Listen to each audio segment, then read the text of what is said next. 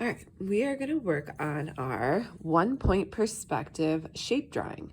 So remember, perspective is taking something flat, like our piece of paper here, and making our artwork look three-dimensional on a flat surface. So we're going to make these shapes and we want them to look like they go back into space.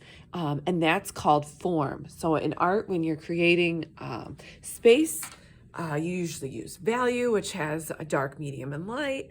You usually use perspective, taking that flat surface and giving it depth. And we're going to do this just by using simple shapes first. So first thing I'm going to do when we talk about 1 point perspective is we're going to have 1 point literally on our paper. And this is called the vanishing point. So I'm going to put a dot somewhere near the middle. It doesn't have to be perfectly middle. And then I'm going to draw 5 different shapes. These shapes should be geometric.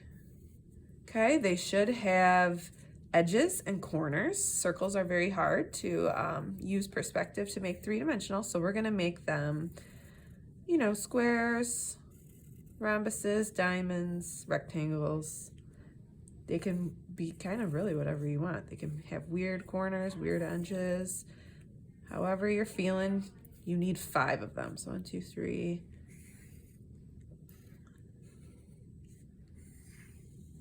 They can be kind of small. 1, 2, 3, 4. So you want, I'll do one big one. Maybe a couple edges over this side. Maybe a long edge. Ooh, okay. So then what I'm gonna do to make these shapes look three-dimensional, I'm gonna use my ruler, and the closest 2, 3, or 4 sides to our vanishing point are going to lead to the vanishing point. So these lines, I want to line up my corner. I'm going to do this rectangle first, and I want to line it up to my vanishing point. Now I'm going to draw it really lightly because I am going to end up erasing part of this line so that it gives me the illusion of going back into space. So very lightly lining up the corners. So this one will only have 2 corners leading to the vanishing point. Very light.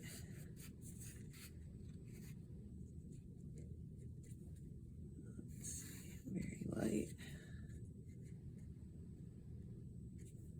Very light. Okay, so I'm going to stop here. I'm going to do these 2 first. So now, oops, this one can even go that way too. Let's do that. So this one has 4 corners going to the vanishing point.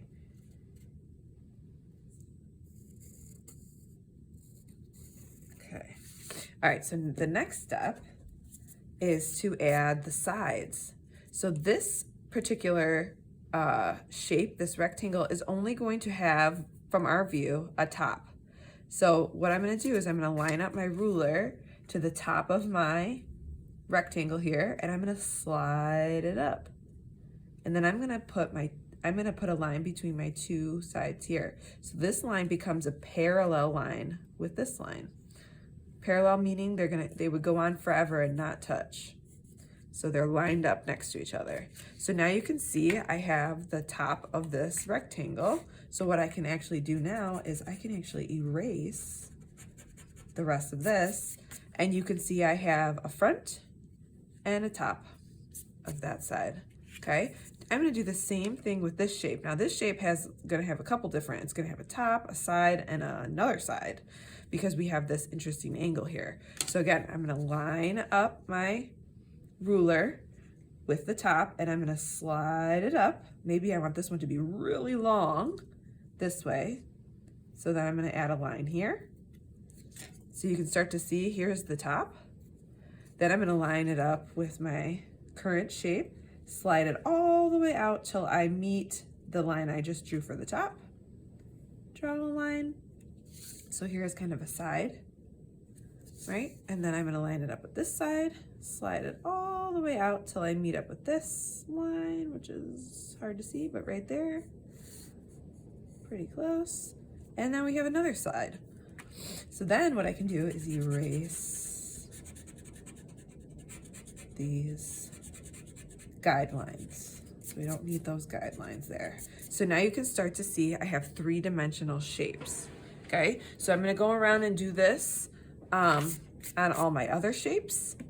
And then I'm gonna use my Sharpie just to give myself those nice bold lines. And I'm gonna outline it.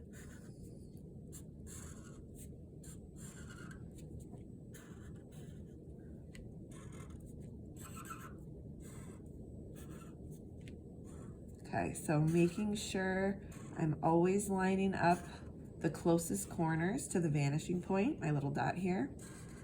Lining them up with the dot.